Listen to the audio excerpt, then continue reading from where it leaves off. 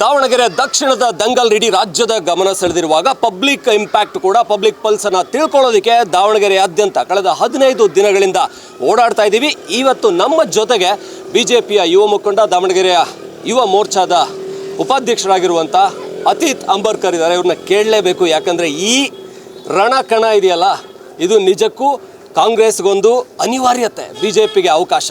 BJP ಹೇಗೆ fight ಮಾಡ್ತಾ ಇದೆ ಸರ್? ಇವತ್ತು ಕೊನೆಯ ದಿನದ ಪ್ರಚಾರದತ್ತ ಹೋಗ್ತಾ ಇದ್ದೀವಿ. ಈಗ ನಮ್ಮ ಕಾಂಗ್ರೆಸ್ನ ದುರಾಡಳಿತ ಎಲ್ಲರೂ ನೋಡಿದ್ದಾರೆ.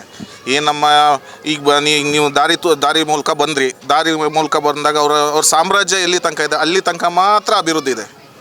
ಅಭಿವೃದ್ಧಿ ಅಂದರೆ ಬೇರೆ ಥರ ಅಭಿವೃದ್ಧಿ ಅಲ್ಲ, ಅದು ಬರೀ ಸಿಮೆಂಟ್ ರೋಡು, ಅದು APMC ಒಂದು ಕಣ್ಣಿಗೆ ಸುಣ್ಣ ಹಚ್ಚೋದು, ಒಂದು ಕಣ್ಣಿಗೆ ಬೆಣ್ಣೆ ಹಚ್ಚೋದು ಅಂತಾರಲ್ಲ, ಆ ಥರ APMC ದುಡ್ಡು ಕಿತ್ತಿ ಇಲ್ಲಿ ಹಾಕಿರೋದಾಗಿದೆ.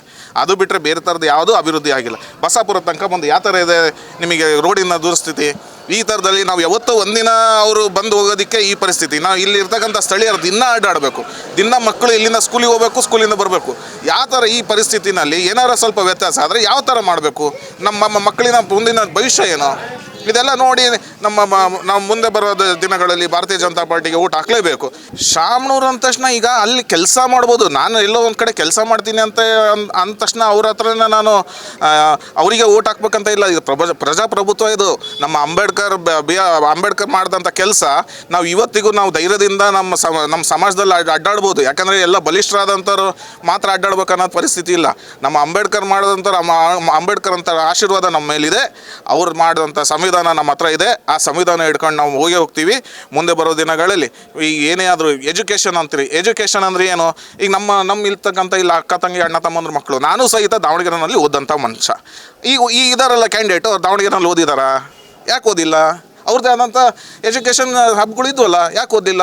ಅವ್ರ ಎಜುಕೇಷನ್ ಹಬ್ಬಗೆ ಅವರಿಗೆ ನಂಬಿಕೆ ಇಲ್ಲ ಅಂದಮೇಲೆ ನಾವು ಎಲ್ಲಿಂದ ಇರಬೇಕು? ಯಾಕೆ ಅವ್ರು ಮಾತ್ರ ಒಳ್ಳೆ ಎಜುಕೇಷನ್ ಪಡ್ಕೋಬೇಕಾ? ನಾವು ಪಡ್ಕೋಬಾರ್ದಾ? ನಮ್ಮಿಂತ ನಾವು ಇಲ್ಲಿ ಇರ್ತಕ್ಕಂಥ ಜನರಲ್ವಾ?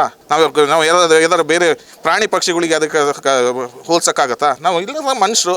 ಎಲ್ಲರಿಗೂ ಅವ್ರದ್ದೇ ಆದಂಥ ಹಕ್ಕಿದೆ. ಎಲ್ಲರಿಗೂ ಅವ್ರದ್ದೇ ಆದಂಥ ಎಲ್ಲದೂ ಮಾಡಬೇಕು. ಹಂಗೆ ಒಳ್ಳೆ ಎಜುಕೇಷನ್ ಕೊಡಲೇಬೇಕು. ಸರ್, ಈಗ ದಾವಣಗೆರೆಯಲ್ಲಿ ಬಿಜೆಪಿಗೆ ಶಕ್ತಿನೇ ಇಲ್ಲ ಅಂತ, ಯಾಕೆಂದರೆ ವಿಧಾನಸಭೆಯಲ್ಲಿ ಒಂದೇ ಗೆದ್ದಿರೋದು ಹರಿಹರ ಗೆದ್ದುಕೊಂಡಿದ್ದಾರೆ, BP ಹರೀಶ್, ಇನ್ಯಾವುದು ಇಲ್ಲ ಇಲ್ಲಿ. ಇನ್ನೊಂದು, ಇಲ್ಲಿ ಲೋಕಸಭೆಯಲ್ಲಿ ಕೂಡ ಪ್ರಭಾ ಮಲ್ಲಿಕಾರ್ಜುನ್ ಇದ್ದಾರೆ. ಬಿಜೆಪಿ ಗೆಲ್ಲೋದಕ್ಕೆ ತುಂಬಾ ಕಷ್ಟ ಇದೆ. ಆದರೆ ಯುವಕರಾಗಿ ನೀವು ಕೂಡ, ಹಾಗೆ ಯುವಕರಾಗಿ ದಾಸ್ಕರಿಯಪ್ಪ ಅವರು ಕೂಡ ಇದ್ದಾರೆ. ಇನ್ನೊಂದು ಕಡೆ ಯುವಕರಾಗಿ ಇವರು ಕೂಡ ಕಾಂಗ್ರೆಸ್ ಅಭ್ಯರ್ಥಿ ಕೂಡ ಇದ್ದಾರೆ, ಸಮರ್ಥ ಮಲ್ಲಿಕಾರ್ಜುನ್. ಎಲ್ಲ ಯುವಕರ ಪೈಪೋಟಿಯಲ್ಲಿ ಬಿಜೆಪಿ ಏನು ಮಾಡೋಕ್ಕೆ ಸಾಧ್ಯ? ಅವರಿಗೆ ಶಕ್ತಿನೇ ಇಲ್ಲ ಅಂತ ಹೇಳ್ತಾ ಇದ್ದಾರೆ.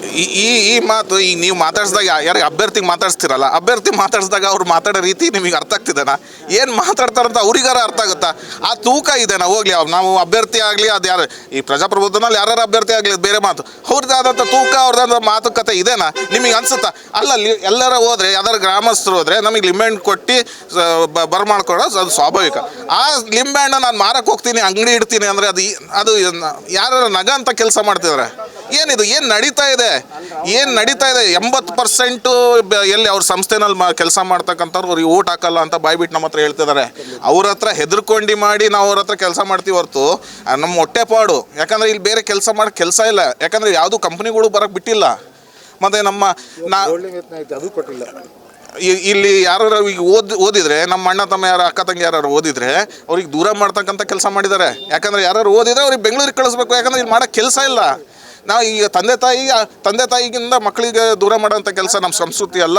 ನಾವು ಭಾರತೀಯ ಜನತಾ ಪಾರ್ಟಿ ಅಧಿಕಾರಕ್ಕೆ ಬಂದರೆ ಇಲ್ಲೇ ಅವ್ರಿಗೆ ಕೆಲಸ ಕೊಡ್ಸೋಂಥ ಕೆಲಸ ಮಾಡಿ, ಇನ್ನು ಅವ್ರಿಗೆ ಇಲ್ಲೇ ಇಟ್ಕೊಳ್ಳೋಂಥ ಒಗ್ಗಟ್ಟು ಮಾಡೋಂಥ ಕೆಲಸ ನಾವು ಮಾಡ್ತೀವಿ. ಸರ್, ಮುಸ್ಲಿಂ ಓಟ್ಗಳದೇ ದೊಡ್ಡ ಚರ್ಚೆ ಆಗಿತ್ತು.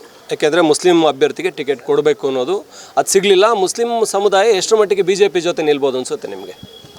ನಾನು ಹೇಳೋಕ್ಕಿಂತ ಮುಸ್ಲಿಂ ಬಾಂಧವರು ಅವರೇ ಹೇಳ್ತಿದ್ದಾರೆ, ನಾವು BJPಗೆ ಬರ್ತೀವಿ, ನಾವು ಈ ಸತಿ ಭಾರತೀಯ ಜನತಾ ಪಾರ್ಟಿಗೆ ಬೆಂಬಲ ಮಾಡ್ತೀವಿ. ಯಾಕಂದರೆ ಎಲ್ಲರೂ ಕೂಡ ಇಷ್ಟು ದಿನ ಮುಸಲ್ಮಾನರವರು ಅವ್ರದ್ದು ಜನಾಂಗ ಟೋಪಿ ಹಾಕಂತ ಕೆಲಸ, ಅದು ಬಿಟ್ಟು ಇವ್ರು ಕಾಂಗ್ರೆಸ್ನವ್ರು ಟೋಪಿ ಹಾಕಂತ ಕೆಲಸ ಮಾಡಿದ್ದಾರೆ. ಯಾಕಂದರೆ ಹೋದ್ಸತಿ ದಿವಂಗತ ಶಾಮನೂರು ಶಿವಶಂಕರಪ್ಪನವ್ರು ಹೇಳಿದರು, ಅಲ್ಪಸಂಖ್ಯಾತನವ್ರಿಗೆ ನಾವು ಟಿಕೆಟ್ ಕೊಡಿಸ್ತೀವಿ ಅಂತ ಅವ್ರು ಹೇಳಿದರು. ಈಗ ಕೊಡಿಸಿಲ್ಲ. ಯಾಕೆ ಮೊನ್ನೆ ಜಮೀರ್ ಅಹಮದ್ ಬಂದಾಗ ಯಾಕೆ ರೋಡ್ ಶೋ ಮಾಡಿಲ್ಲ? ಮಾಡ್ಬೋದಾಗಿತ್ತಲ್ಲ. ಅವ್ರ ಮೇಲೆ ಅವರಿಗೆ ಅದೇ ಅವ್ರಿಗೆ ಅಲ್ಲಿ ಕೇಂದ್ರದಿಂದ ಆಗಲಿ ರಾಜ್ಯದಿಂದ ಆಗಲಿ ಅವರಿಗೆ ಇಂಡೈರೆಕ್ಟಾಗಿ ಸಪೋರ್ಟ್ ಮಾಡ್ತಿದ್ದಾರೆ. ನೀವು BJPಗೆ ಓಟ್ ಹಾಕಿ, ಯಾಕಂದರೆ ನಮಗೆ ಕಾಂಗ್ರೆಸ್ನವರು ನಮಗೆ ಮೋಸ ಮಾಡಿದ್ದಾರೆ, ಅವ್ರ ಸಮುದಾಯಕ್ಕೆ ಮೋಸ ಮಾಡಿದ್ದಾರೆ ಅಂತ ಹೇಳಿ ಅವ್ರದ್ರಲ್ಲೇ ಸೆಂಟ್ರಲಿಂದ ಸ್ಟೇಟಿಂದ ಅವ್ರಿಗೆ ಸಪೋರ್ಟ್ ಮಾಡ್ತಿದ್ದಾರೆ. ಸೊ ಅಂತಿಮವಾಗಿ ಈ ಒಂದು ದಾವಣಗೆರೆ ದಕ್ಷಿಣದ ಮತದಾರರಿಗೆ ನೀವು BJP ಯುವ ಮುಖಂಡರಾಗಿ ಏನು ಮನವಿ ಮಾಡ್ತೀರಾ? ನನ್ನ ಸಹೋದರರಾದಂಥ ದಾಸ್ಕರಿಯಪ್ಪ ಶ್ರೀನಿವಾಸ್ ಅವರು ಇವತ್ತು ಅಖಾಡದಲ್ಲಿದ್ದಾರೆ. ಈಗಾಗಲೇ ಗೆದ್ದಿದ್ದೀವಿ ಅಂತ ನಾವು ವಿಜಯ ಪಥಕ್ಕೆ ಹಾರಿಸ್ತಾ ಇದ್ದೇವೆ.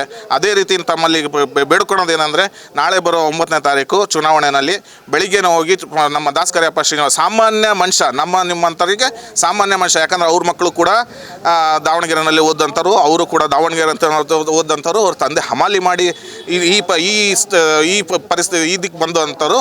ಹಾಗಾಗಿ ಯಾವುದೇ ಕಾರಣಕ್ಕೂ ನಿಮ್ಮಂಥ ಯಾವ ಥರ ಇದ್ದಾರೆ, ನಾವು ಯಾವ ಥರ ಬಾಳ್ತೇವೆ ಅದೇ ಥರ ಬಾಳೋಂಥ ವ್ಯಕ್ತಿಗೆ ನಾವು ಓಟ್ ಹಾಕಿ ನಾವು ಗೆಲ್ಸೋಂಥ ಕೆಲಸ ನಾವು ಮಾಡಲೇಬೇಕು. ಧನ್ಯವಾದ ಸರ್. ಇದು ದಾವಣಗೆರೆ ದಕ್ಷಿಣದಲ್ಲಿ ಭರ್ಜರಿ ಪ್ರಚಾರ ಮಾಡ್ತಾ ಇರುವಂಥ BJPಯ ಯುವ ಮುಖಂಡರ ಮಾತು. BJPಯನ್ನು ಈ ಬಾರಿ ಗೆಲ್ಲಿಸ್ತೀವಿ, ಅಧಿಕಾರಕ್ಕೆ ತರ್ತೀವಿ ಅಂತ ಹೇಳ್ತಾ ಇದ್ದಾರೆ. ದಾವಣಗೆರೆ ದಕ್ಷಿಣದಿಂದ ಕ್ಯಾಮ್ರಾ ಪರ್ಸನ್ ಅನಿಲ್ ಜೊತೆ ಓಂ, ಪಬ್ಲಿಕ್ ಇಂಪ್ಯಾಕ್ಟ್ಗಾಗಿ. ವೀಕ್ಷಕರೇ, ನಿಮ್ಮಲ್ಲಿ ಯಾರಿಗಾದರೂ ಸಂತಾನ ಸಮಸ್ಯೆ, ವಿವಾಹ ಸಮಸ್ಯೆ ಇದ್ದರೆ ಈ ಪಂಡಿತರನ್ನ ಈಗಲೇ ಸಂಪರ್ಕಿಸಿ. ಪಂಡಿತ್ ವೈದ್ಯ ನೋಡಿ ರಾಮಜ್ಜ, ಶ್ರೀ ಆಂಜನೇಯ ಸ್ವಾಮಿಯ ಆರಾಧಕರು, Indian famous astrologer. Get 100% solution to all your problems. Shri Pratyangira ದೇವಿಯನ್ನ ವಶಪಡಿಸಿಕೊಂಡಿರುವ ಏಕೈಕ ಜ್ಯೋತಿಷ್ಯರು.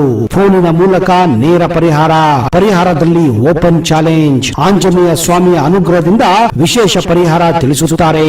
ನಿಮ್ಮ ಒಂದು ಕರೆ ನಿಮ್ಮ ಭವಿಷ್ಯವನ್ನೇ ಬದಲಾಯಿಸಬಲ್ಲದು.